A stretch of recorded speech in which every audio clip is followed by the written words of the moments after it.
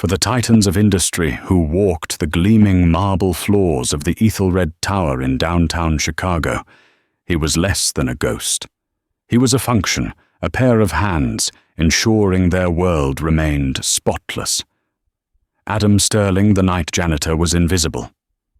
But what they didn't know was that behind his weary eyes lay the mind of a scholar, a man who once navigated the ancient corridors of history. One rain-swept Tuesday night, Aveline Dubois, the tower's formidable billionaire owner, sealed his invisibility with a cruel whisper in Arabic. She thought him an uneducated man, a piece of the furniture. She was about to learn that some furniture can talk back not with the language of the present, but with the soul-shaking grace of centuries past. The city of Chicago was a creature of glass and steel, its heart a percussive beat of ambition and commerce. At its very core, piercing the often grey Midwestern sky, stood the Aethelred Tower. It was a monument to modern capitalism, a sleek, dark obelisk that housed Aethelred Innovations, a global technology conglomerate, run with an iron will by its widowed CEO, Aveline Dubois. By day, its lobby was a river of bespoke suits and clicking heels, a place where deals worth more than small nations were forged in hushed, confident tones. By night, it belonged to a different kingdom, a kingdom of silence, fluorescent hums, and the solitary figures who cleansed the day's residue. Among them was Adam Sterling. To the executives who occasionally worked late, he was just the cleaner. A nod, if they were feeling generous, was the most interaction he could expect. He was a tall man, though his posture had been subtly stooped by years of quiet labor and a weight that had nothing to do with his work. His hands, calloused and meticulous, were as skilled with a floor buffer as they had once been, turning the fragile, 1,000-year-old pages of a manuscript. Adam's life was a meticulously constructed routine, a fortress against the chaos that had once consumed him. His shift began at 10 p.m. and ended at 6 a.m. This nocturnal existence was not a choice born of preference, but of necessity. It allowed him to be home during the day for the one person who was his entire world, his 10-year-old daughter Chloe. Their small apartment in the far less glamorous neighborhood of Rogers Park was a world away from the Aethelred Tower's opulence. It was a sanctuary filled with the scent of old books and the faint, ever-present aroma of antiseptic from Chloe's medical supplies.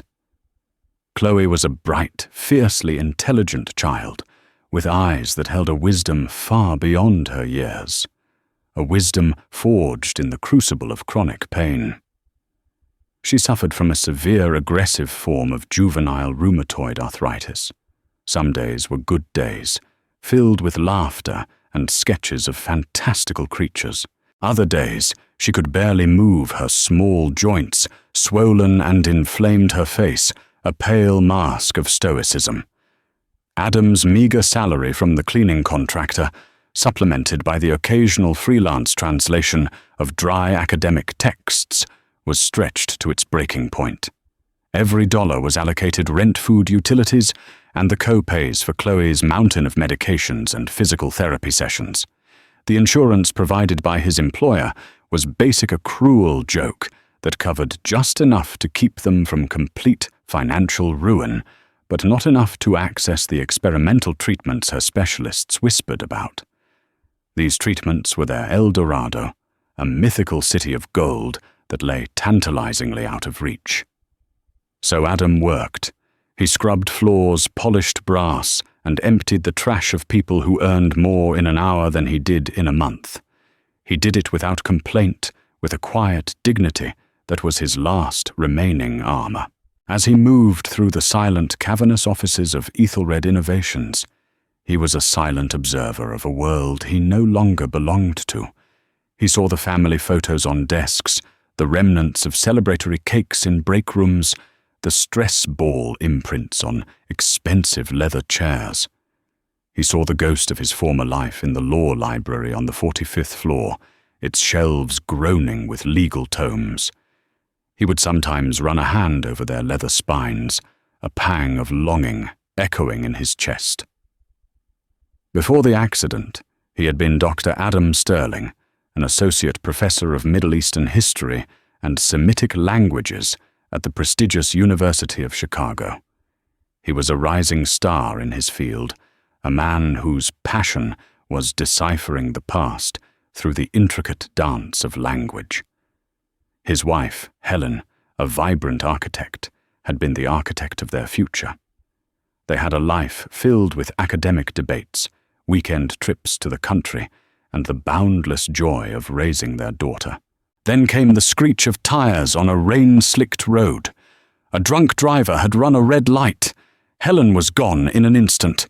Chloe, then 6, was left with a shattered leg and internal injuries that triggered the dormant autoimmune disease that now held her captive. Adam was left with a shattered soul and a mountain of medical debt that his university salary could never hope to conquer. The demands of Chloe's care, the endless appointments, the sudden flare-ups, the need for a constant present parent were incompatible with the rigid, all-consuming life of a tenured professor.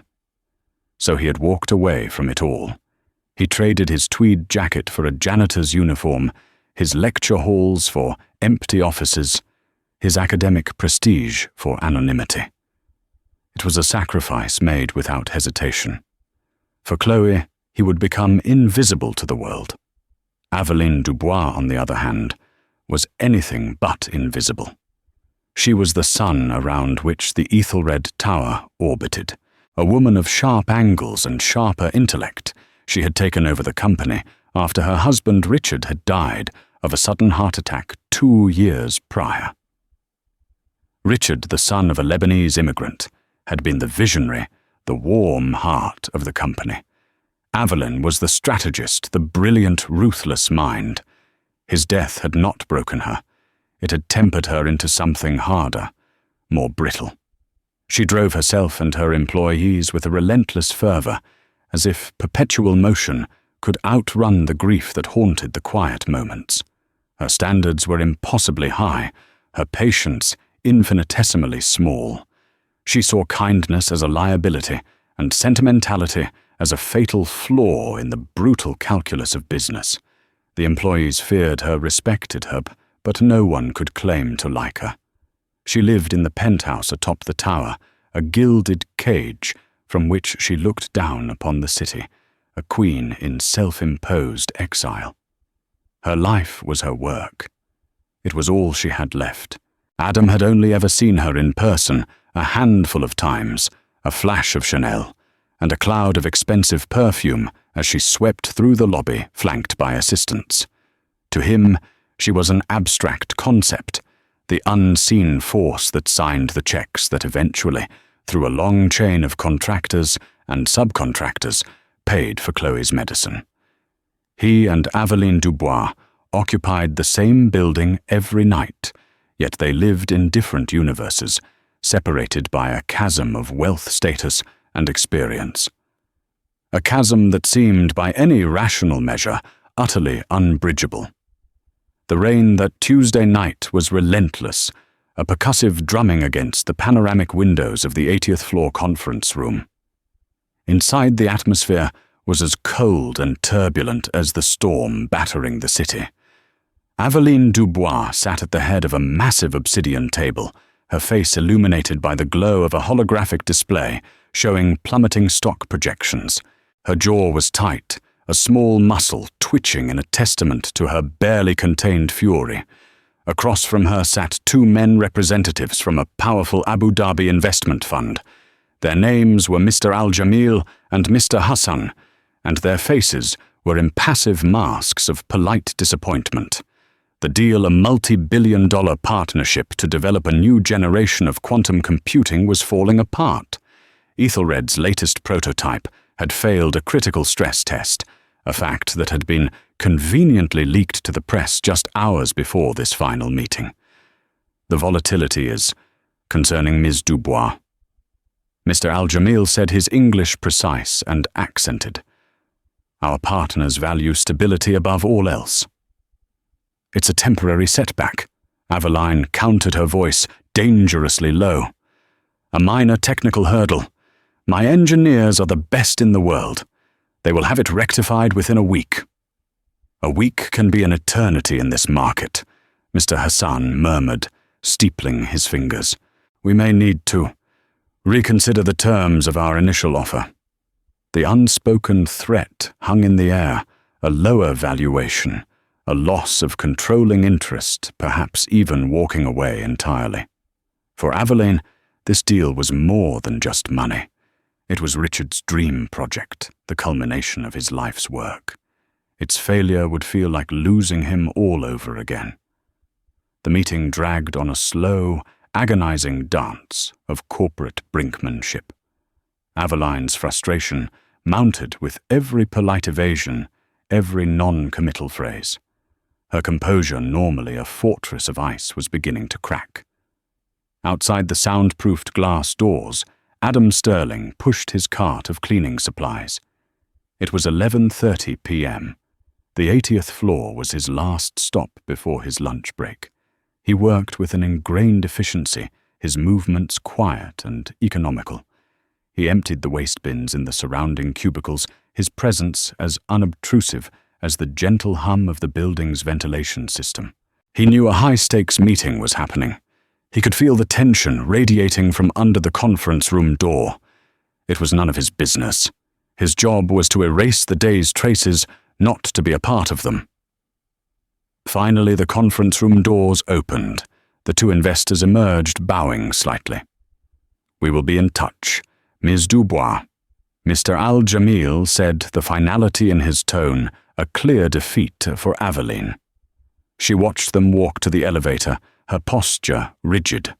Her assistant, a young, perpetually nervous woman named Claire, rushed to her side.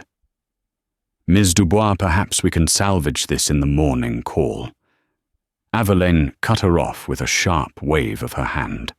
She turned back to the conference room, her eyes sweeping over the remnants of the failed negotiation, the half-empty water bottles, the discarded printouts, the faint indentation on the leather chairs. Her gaze, filled with a cold, simmering rage, landed on Adam, who was now quietly wiping down the exterior of the conference room's glass wall. He was a symbol of everything that was mundane, common, and beneath her. A cog in a machine he couldn't possibly comprehend. In that moment, all her frustration, her grief for Richard, her fear of failure needed a target. And Adam, in his simple grey uniform, was the most convenient one available. She turned to her personal aide, a sleek man named Gregory, who had been with her for years, and shared a cynical shorthand with her. She switched to Arabic, the language she had learned for Richard, a private tongue she often used with her inner circle, assuming absolute privacy among the uninitiated masses of the West. It was a language of intimacy, and in this case, of contempt. "Look at this poor wretch," she said, her voice dripping with disdain. "He cleans up our filth while we decide the fate of billions. His life is worthless." Gregory, who understood her tone, if not the nuance of every word, offered a slight, sycophantic smirk. He saw Adam as she did a non-entity part of the scenery. The phrase was designed to sting, to dismiss, to utterly dehumanize. It was a verbal wall erected between her world of consequence and his world of insignificance. She assumed the words would dissipate into the air unheard and uncomprehended, a private release for her venom. She had made a grave miscalculation. Adam froze. His hand, holding a microfiber cloth, stopped mid-wipe. For a moment, the world seemed to slow down. The hum of the lights, the distant siren from the street below, the drumming of the rain, it all faded into a dull roar. The Arabic words, crisp and cruel, had sliced through the air and struck him with the force of a physical blow. It wasn't just the insult. He had endured worse in his life. It was the language. It was the beautiful, complex, poetic tongue he had dedicated his life to understanding, a language he had taught to bright-eyed students, a language he had used to unlock the wisdom of Averroes and the beauty of Al-Mutanabbi. To hear it twisted into such a casual, ugly weapon of classist scorn felt like a personal desecration. He felt a hot surge of anger, an emotion he had long since suppressed and buried under layers of weary resignation. His first instinct was to say nothing, to remain the invisible man, to absorb the insult, finish his work, go home to Chloe, and forget it ever happened.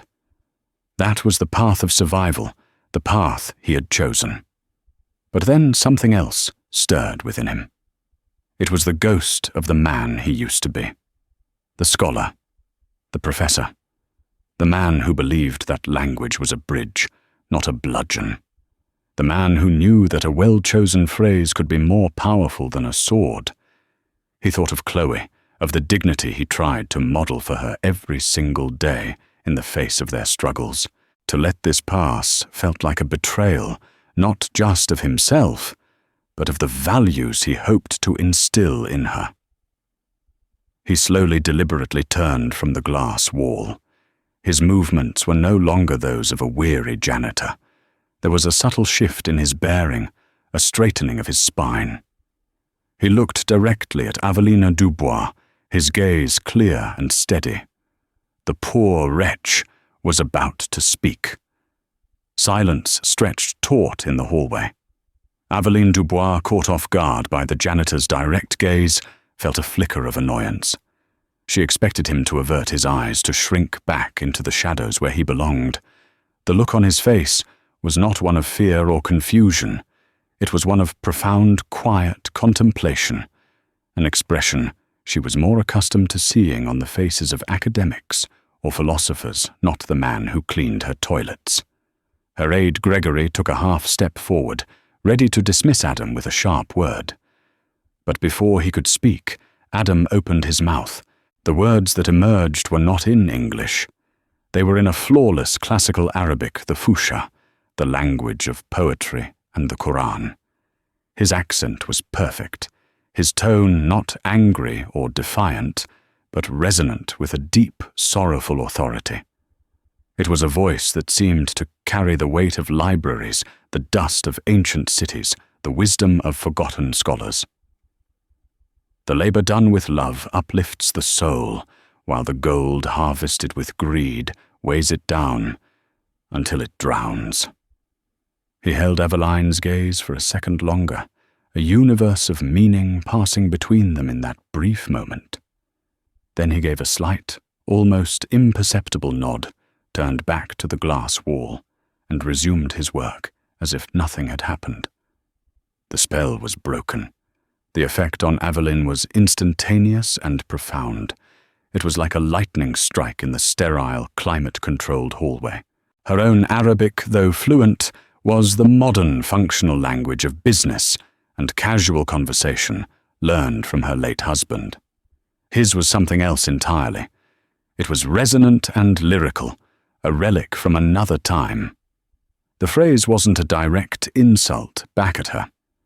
It was a philosophical counterpoint, a proverb wrapped in a poem. It didn't just refute her statement, it judged it against a timeless standard of human value. Gregory was baffled. He looked from Adam's retreating back to Aveline's face, which had gone pale. What did he say? He asked, his voice a bewildered whisper. Aveline didn't answer. She was replaying the words in her head, the perfect enunciation, the deep timbre of his voice. Her mind, a formidable instrument of analysis and calculation, was racing. Who was this man? A janitor shouldn't be able to speak Arabic, let alone a form of it so pure and archaic. And the sentiment?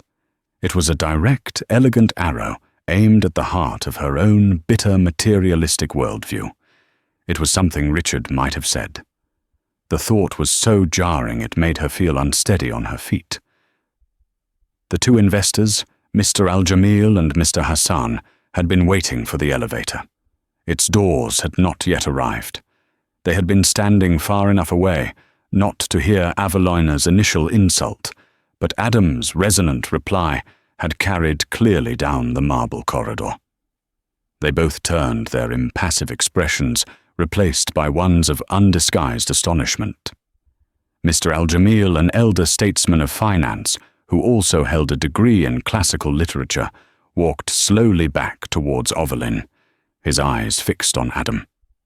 "Ms. Dubois," he said, his voice filled with a new and unexpected respect. "Who is that man? He's a janitor." Aveline stammered the words, sounding absurd, even to her own ears. Mr. Hassan joined them, a small incredulous smile on his lips. A janitor who quotes Ibn Qayyim's philosophy on the nature of work. That is not a sentence one hears often in corporate America. He looked at Aveline, and for the first time that night, his gaze was not that of a shrewd businessman assessing a risky asset, but of a man re-evaluating the character of the person before him. Aveline felt a flush of shame creep up her neck, hot and unfamiliar. She had been exposed, not just for her cruelty, but for her ignorance. In her arrogance, she had used a language to exclude and belittle, only to have her weapon turned against her, not with anger, but with grace. The two men she had been trying so desperately to impress had witnessed her at her absolute worst, and they had seen this nameless, faceless cleaner display more dignity and wisdom than she had shown all evening. The elevator chimed its door, sliding open. Mr. Al-Jamil turned to Aveline. The cold finality was gone from his tone, replaced by something thoughtful. "You said your engineers would have the problem rectified in a week," he stated. "Yes," Aveline said, her voice barely a whisper. "Very well. We will give you 2 weeks," he said, "and we will keep the original terms on the table for that period." A company that employs a man such as that, he gestured with his chin towards Adam, who was now methodically wiping down a nearby windowsill. His back to them is perhaps worth a second look. It suggests there may be hidden depths. "Good night, Miss Dubois." The two men stepped into the elevator, the doors closing on Aveline's stunned face. The deal wasn't saved, not yet, but it had been given a reprieve. And the reprieve had been granted, not by her desperate salesmanship or her company's reputation, but by the 5-second 12-word utterance of her night janitor. Aveline stood frozen in the hallway, the world tilting on its axis. Gregory stood beside her, utterly lost. "Ms. Dubois, what just happened?" She ignored him. Her gaze was locked on Adam.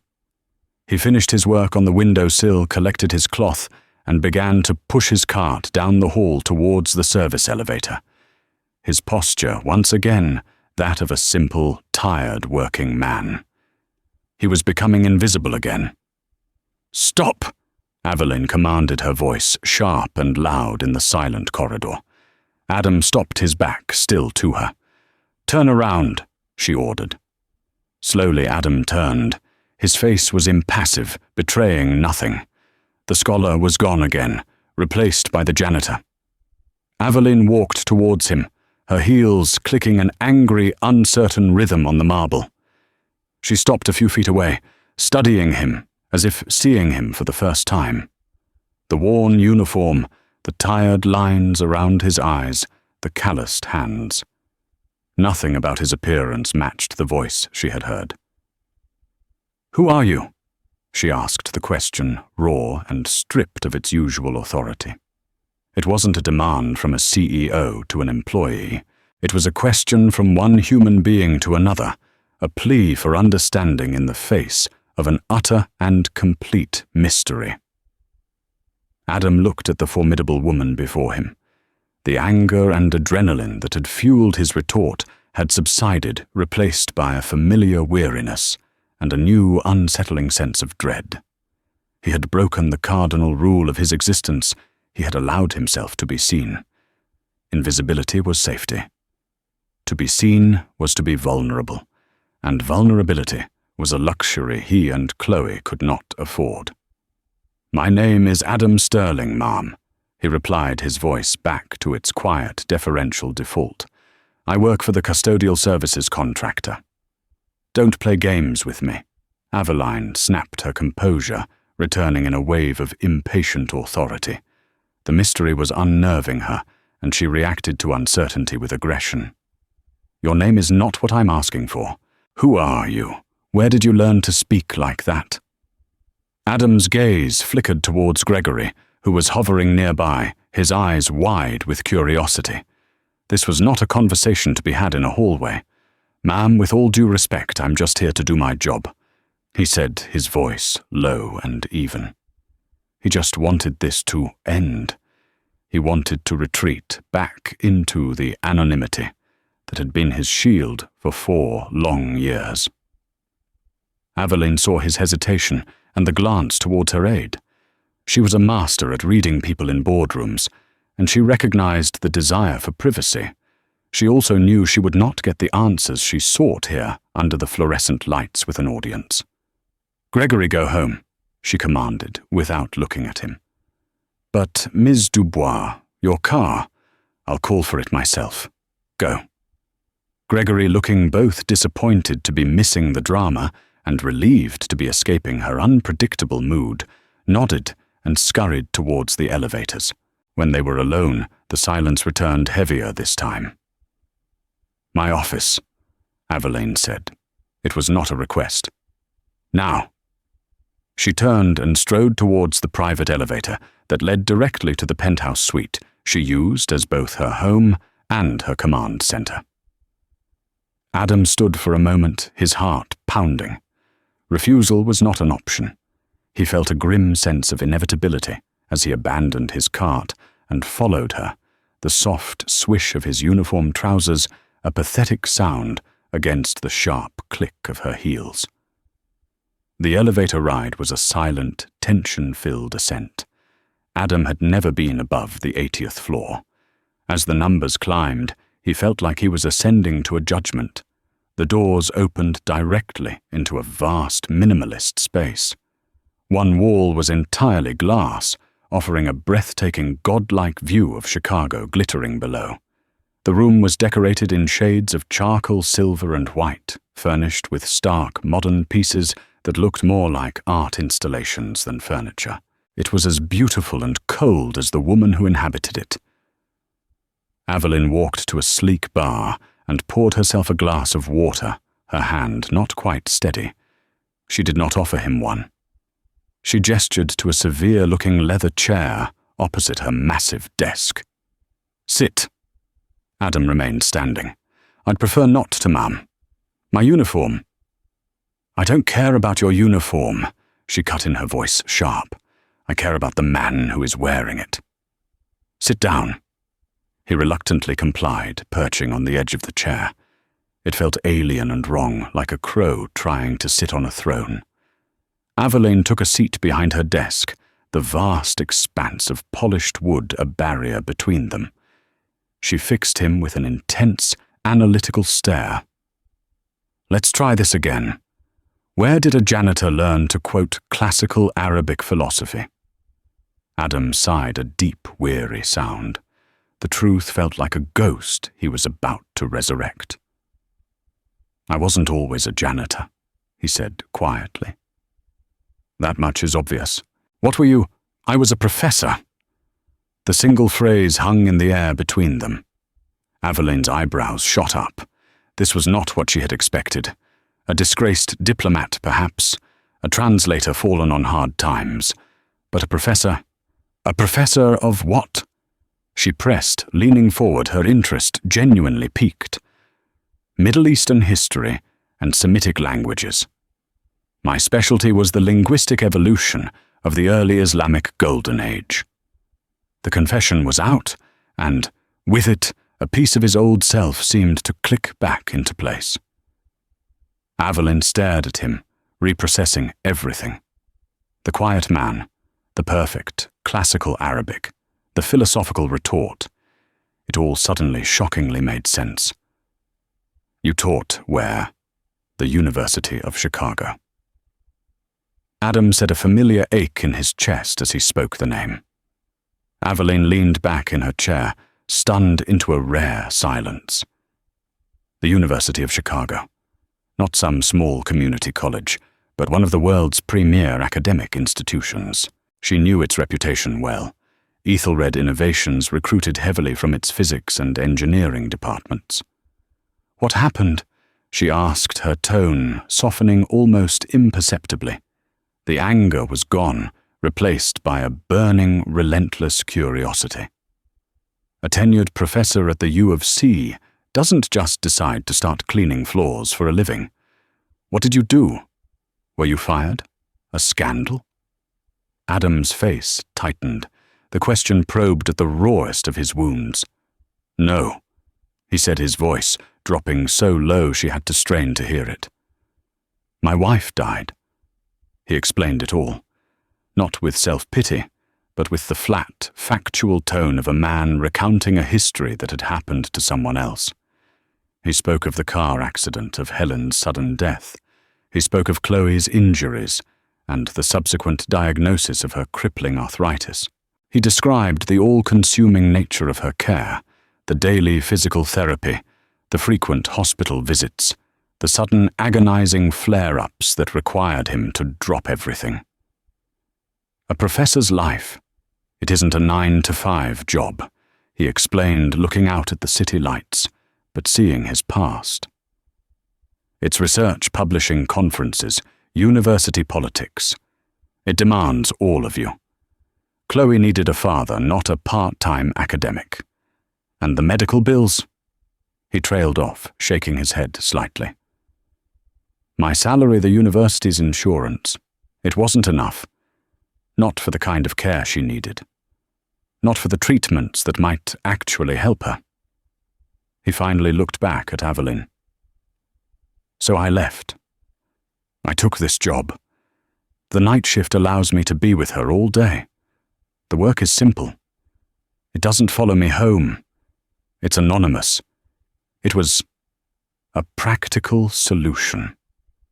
Aveline listened, her usual impatience, held in abeyance by the stark, tragic simplicity of his story. She who had built an empire on complex algorithms and ruthless strategy was confronted with a problem solved by the most brutal and absolute form of sacrifice. He hadn't just changed careers. He had erased himself. He had traded a life of the mind for a life of manual labor, all for his child. The story resonated with a part of her she had long thought dead. Her own life had been cleaved in two by loss. But she had responded by encasing her heart in ice and steel, by building her walls higher. This man had responded by demolishing his own life to build a sanctuary for his daughter. The contrast was startling and deeply shaming. Her earlier words came back to her, hideous and echoing in the quiet of her office. His life is worthless. She had looked at this man, a scholar of immense intellect, a father of profound love and sacrifice, and had declared him worthless because he cleaned up her messes. The sheer, staggering arrogance of her judgment left a bitter taste in her mouth. Your daughter, Aveline, said, her voice careful, clinical, as if distancing herself from the emotion of it all. What's her name? Chloe Adam said, and for the first time, a flicker of warmth entered his eyes. And the treatments you mentioned, the ones you can't afford. Adam hesitated, a familiar wall of pride rising within him. He hadn't told her his story to elicit pity. He had told her because she had demanded an explanation. There's a biologic infusion therapy. Some new trials at the Mayo Clinic. The specialists think it could put her into remission, or at least significantly slow the progression of the disease. But the cost is astronomical. The insurance company refuses to cover it. They classify it as experimental. Aveline simply nodded her mind, already processing this new data. She stood up and walked to the wall of windows, her back to him. She looked down at the sprawling, interconnected lights of the city, a vast network of lives and stories, most of which she never even considered. Tonight, one of those stories had forced its way into her penthouse and was challenging the very foundation of her world. "You can go now, Mr. Sterling," she said, her voice distant, her eyes still fixed on the view. "Finish your shift." Adam rose, a sense of anticlimax washing over him. He had laid the most painful parts of his life bare, and her response was a simple dismissal. He nodded, even though she couldn't see him. "Good night, Mum." He walked to the elevator, the doors closing him once again into the small enclosed space. As he descended, he felt a profound sense of foreboding. He had survived the confrontation, but he knew with absolute certainty that nothing would ever be the same. The Invisible Man had been seen his history unmasked, and he had no idea what the Queen of the Tower would do with that knowledge. The following day, Aveline Dubois did something she hadn't done in years. She cancelled her morning meetings. Her 9 o'clock with the board of directors, her 10:30 with the R&D department, her 11:15 with legal all postponed, with a curt, unexplained email from her office. She sat at her desk, the panoramic view of a sunlit Chicago before her, but her focus was entirely internal. Adam Sterling's story had unsettled her in a way no corporate crisis ever had. It wasn't pity she felt. Pity was a weak, useless emotion. It was something more complex, a disorienting blend of respect, guilt, and a strange, unwelcome flicker of kinship. She too knew the landscape of loss. She too had a life defined by a before and an after. But their paths had diverged so dramatically. She had armored herself with wealth and power.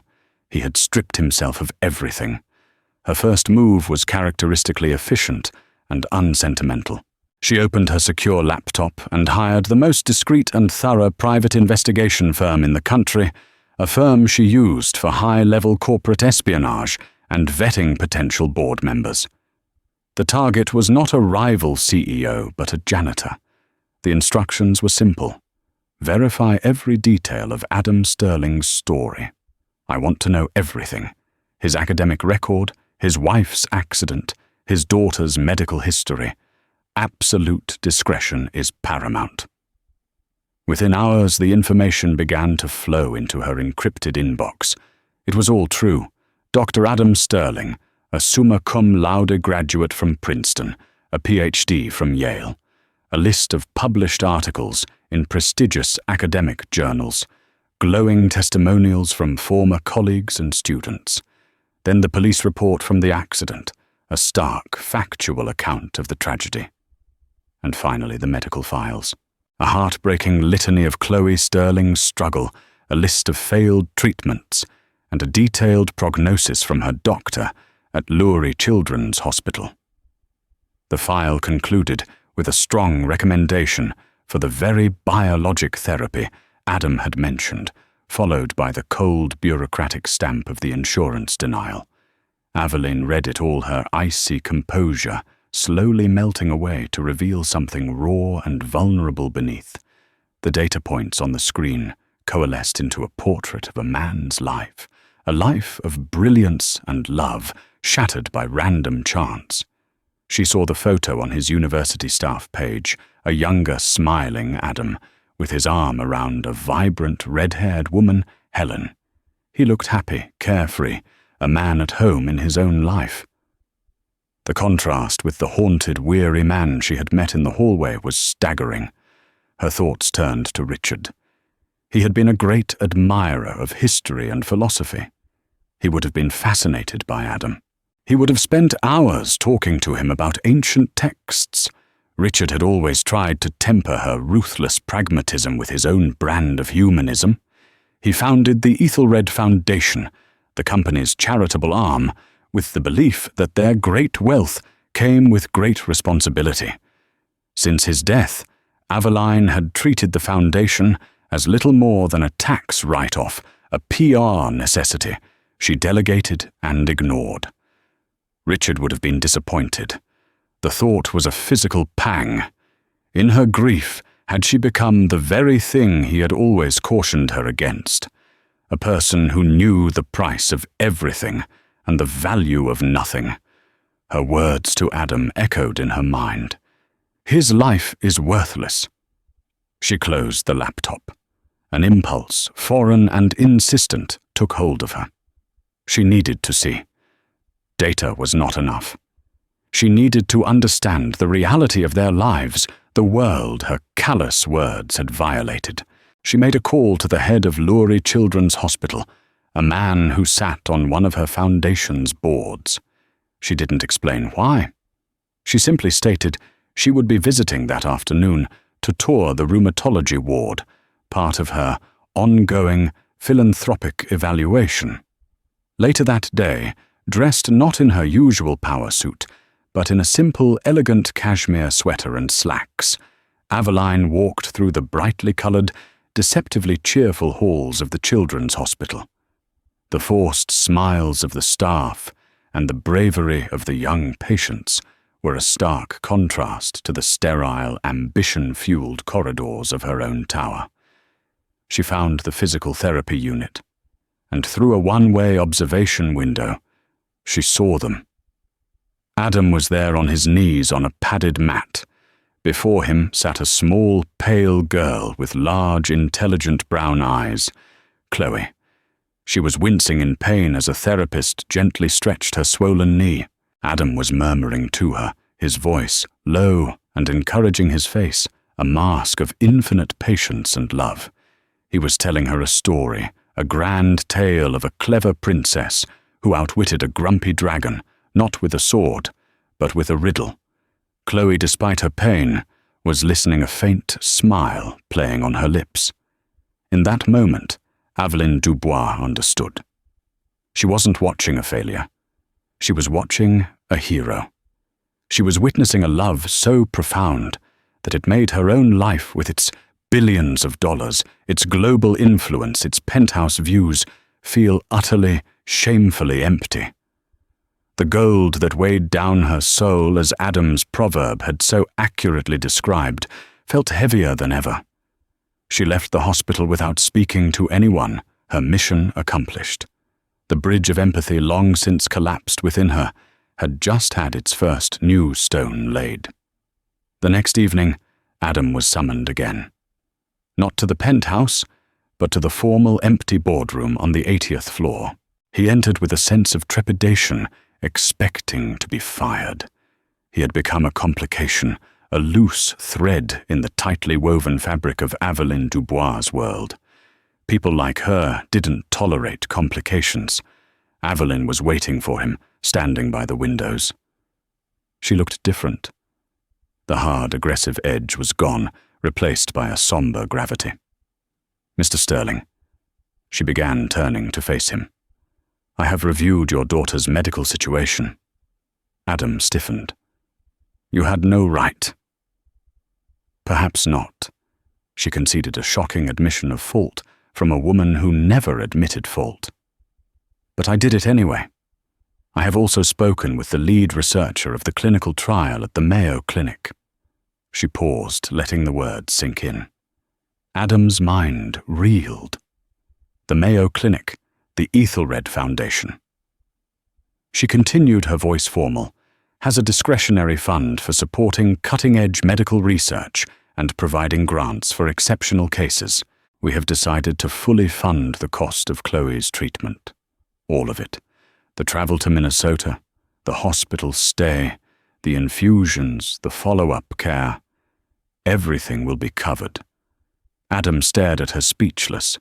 It was the miracle he had prayed for every night for 4 years, delivered by the last person on earth he would have expected. His first emotion was not gratitude, but a fierce, protective suspicion. "I don't want your charity." He said the words tasting like ash. His dignity was all he had left. He would not trade it, not even for this. "It is not charity, Mr. Sterling," Aveline said, her gaze unwavering. "Consider it a corporate investment. I made an error in judgment the other night, a significant one. My investors, the ones who were about to walk away, were impressed by your character. In a very real sense, your worthless life saved me billions of dollars. This is simply a balancing of the books." She was offering him an out, a way to accept the help without sacrificing his pride. She was framing it as a transaction, a language he could understand without feeling like a beggar. It was a surprisingly deft and considerate maneuver. "This will change her life." Adam whispered the reality of it, finally breaking through his defenses. His eyes welled with tears he refused to let fall. "Yes," Aveline said simply. "I believe it will."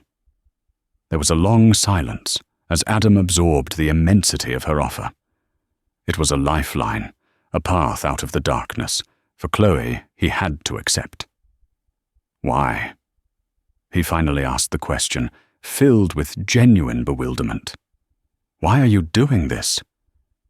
Aveline turned to look out the window at the setting sun, which was painting the sky in hues of orange and purple.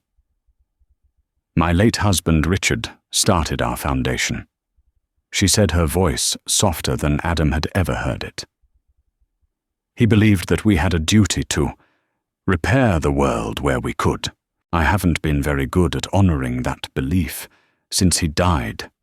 She paused. "And besides, it's not every day one of my employees quotes 13th century Islamic scholars. It would be a profound waste to allow a mind like yours to be consumed by worry over medical bills. We are not just treating Chloe, we are investing in you." The last sentence struck Adam with unexpected force. For the first time in a very long time, someone saw him not as a janitor, not as a grieving widower, not as a struggling single father, but as an asset, as a man of value. The following weeks were a whirlwind of logistics and hope. True to her word, Aveline's office handled everything with silent, formidable efficiency.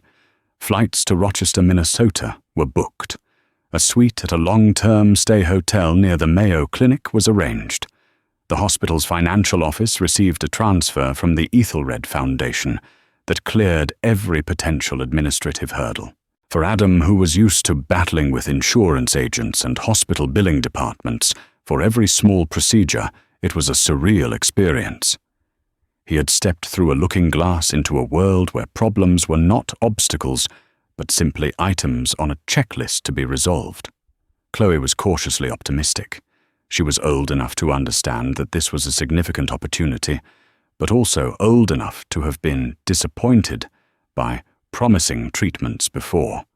Still, the adventure of flying on a plane and staying in a new place brought a spark to her eyes that Adam hadn't seen in years. During their time in Minnesota, Aveline did not contact them directly. Instead, a single white orchid was delivered to their hotel suite with a simple, unsigned card that read, "For new beginnings."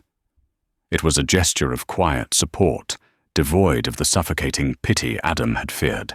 It allowed him to focus entirely on Chloe to be her father, and her rock through the series of tests and the first round of infusions.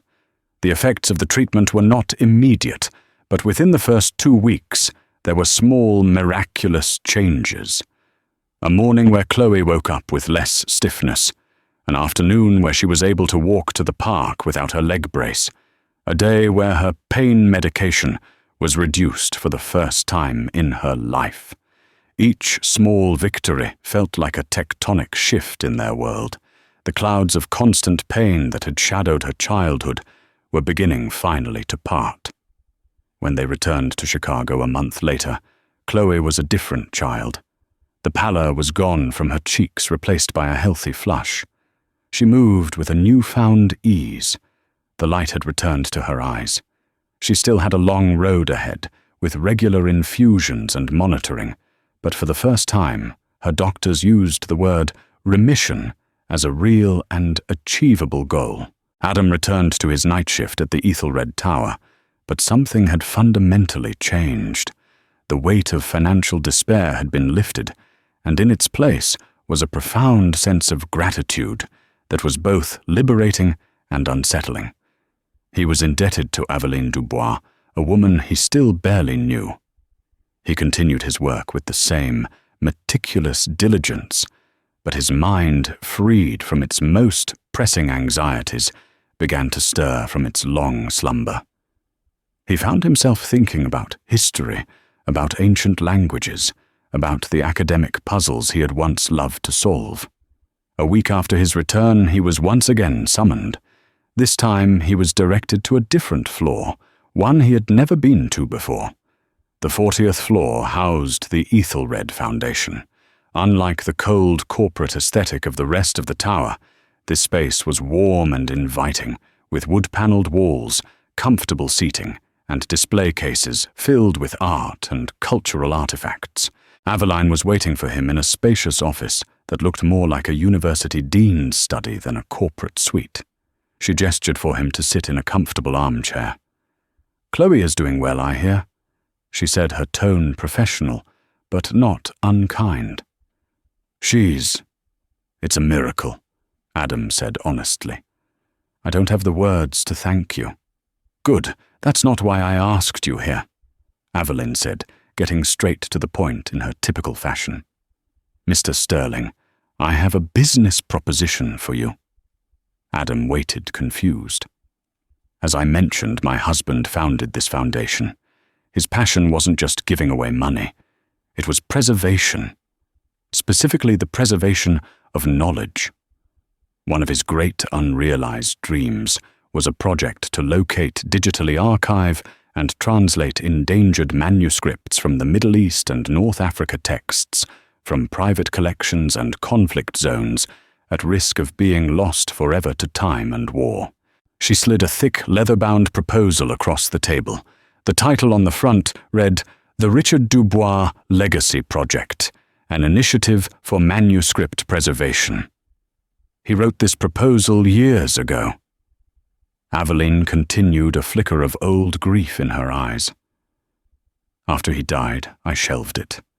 I didn't have the expertise, or frankly the will to pursue it. It felt too much like his project, not mine. But I was wrong. His legacy is my responsibility." She looked at Adam directly. "The Foundation has approved a $50 million endowment to launch this project. We have the funding, the technology, the connections. What we don't have is a leader.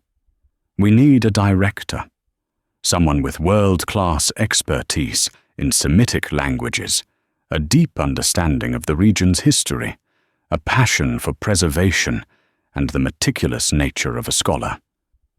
Someone who can build a team liaise with universities and collectors and oversee a project of immense cultural significance." Adam stared at the proposal, his heart beginning to beat faster.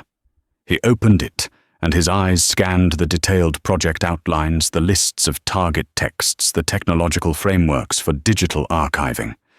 It was a scholar's dream. It was the work he was born to do. "This isn't a handout, Mr. Sterling," Aveline said firmly, anticipating his reluctance. "Your janitorial job pays your contractor approximately $38,000 a year, of which you see maybe 30. The starting salary for the director of this project is $250,000, plus full benefits the best insurance Aethelred Innovations has to offer. I'm not offering you charity. I am headhunting. You are the most qualified candidate for this position on the planet, and you happen to currently be wasting your talents cleaning my floors. From a business perspective, it's an egregious misallocation of human capital. I'm correcting it." Her framing was brilliant. She was offering him his life back, but packaging it as a shrewd business decision, stripping it of any emotional baggage that might cause him to refuse. She was offering him a position, not a pity job. She was promoting him based on his true merits. merits she had only discovered by accident. Adam was silent for a long time, his hand resting on the proposal.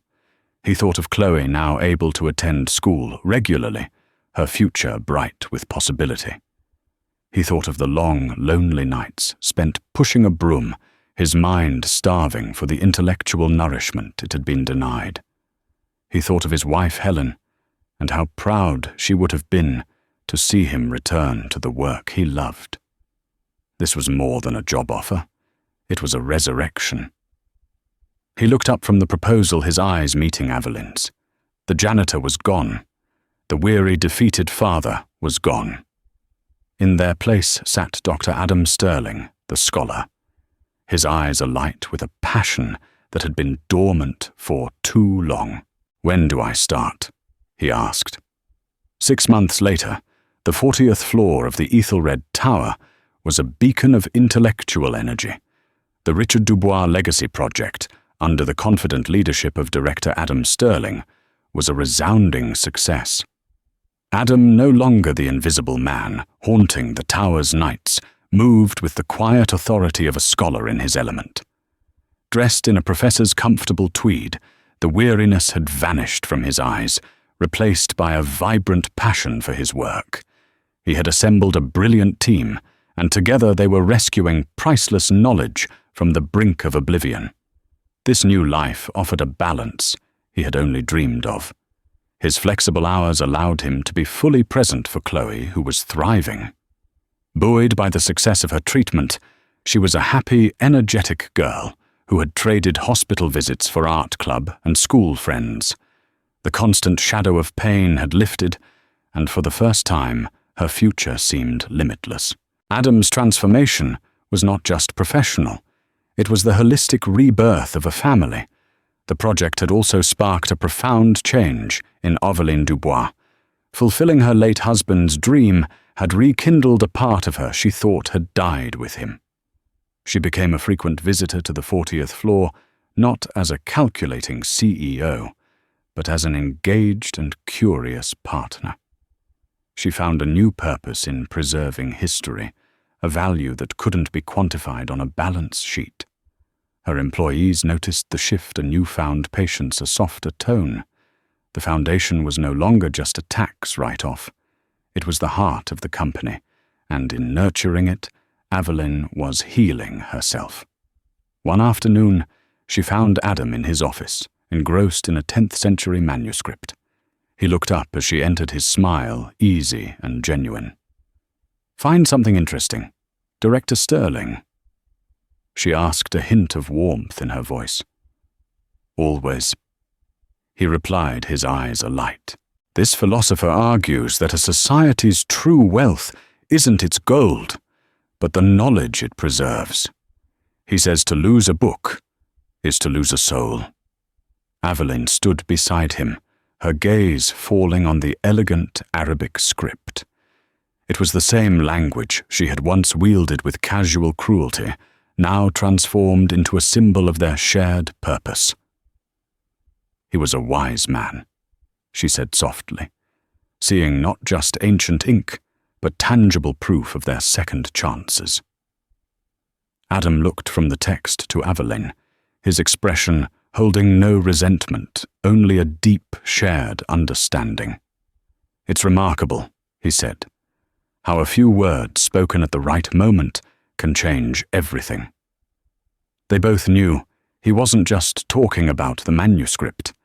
He was speaking of that rainy night in the hallway, of a cruel whisper met with an echo of ancient grace. It was a moment that had shattered two worlds and built a new one from the pieces. Aveline offered a small, genuine smile. "Yes, it is," she agreed. "It truly is." They stood together in the quiet office, the ghosts of the past, finally at peace, looking toward a future they would build together. Adam and Aveline's story is a powerful reminder that beneath the uniforms we wear and the titles we hold lies a depth of human experience we can't possibly guess. It teaches us that a person's worth is not measured by their bank account or their job title, but by the content of their character, the love in their heart, and the wisdom they carry. A single moment of communication, a cruel assumption, met with unexpected grace, shattered their separate worlds, and built a new one founded on mutual respect and second chances. It proves that empathy is the most valuable currency we possess, and that sometimes the most profound connections are found in the most unlikely of places. If this story touched your heart, please help us share it by hitting the like button. Consider subscribing to our channel and turning on notifications so you don't miss our next story. And we'd love to hear from you in the comments below. What part of Adam and Aveline's journey resonated with you the most? Your engagement helps our community grow. Thank you for listening.